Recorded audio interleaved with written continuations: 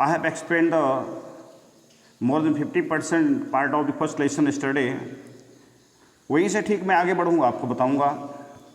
At one station, my routine of talking with the people was interrupted. जो मेरे वार्ता करने का कार्यक्रम था, अर्थात लेखक की the writer is travelling in the train, इसलिए बातचीत तो कर रहा है, तो जो वार्ता करने का उसका रूटीन था, कार्यक्रम था, वाज इंटरप्टेड, रोका गया. As soon as I alighted a group of young children gathered around me. जैसे ही मैं ट्रेन से उतरा, एक नन्हे बच्चों का समूह मेरे चारों ओर इकट्ठा हो गया. दे वेयर सेलिंग बास्केट, टोकरी बेच रहे, हैंड वोवन, हाथ की बनी हुई रेड बास्केट, सरकंडे की basket with the simple design patterns, साधारण छोटी छोटी ढंगों नमूनों बनी हुई टोकरियां. दे हेल्ड द बास्केट हाई, टोकरी को ऊपर उठाए थे, शाउटिंग बट कुछ सब चिल्ला रहे थे. आई डिड नॉट नो, मैं उन शब्दों को नहीं समझ सका, because they were speaking Hindi, but conveying unmistakably their desire. लेकिन whatever they wanted to say, I have followed clearly.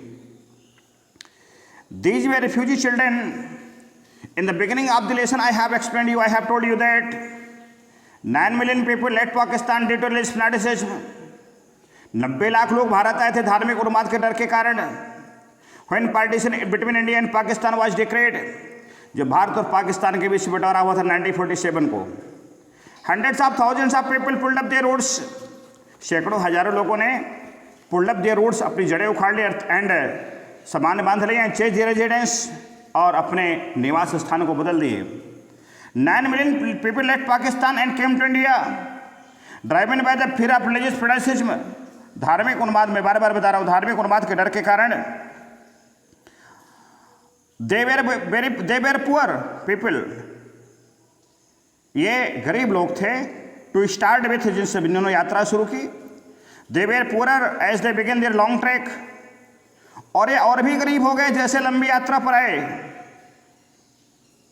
For all they could carry was a bit of food and few belongings, चूंकि जो कुछ ही ला सकते थे, थोड़ा बहुत भोजन था और कुछ संबंधित चीजें थी.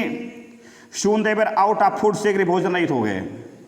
ए few days after they started, यात्रा शुरू करने कुछ दिन बाद, they began to fall by the bay side, ये गिरना शुरू हुए रास्ते के किनारे.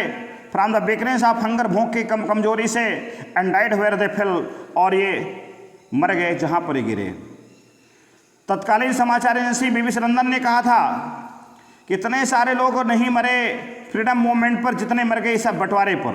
बंटवारे का कोई सिस्टम ही नहीं था. द चिल्ड्रन सेलिंग बास्केट्स, जो बच्चे टोकरियां बेच रहे थे, where sons and daughters of these refugees, इन शरणार्थियों के बच्चे थे, पुत्र और पुत्रियां थीं. दे आर देयर पेरेंट्स, वे अथवा उनके माता पिता अथवा उनके सगे संबंधी, had gathered in the city, शहरों पर इकट्ठा हुए थे.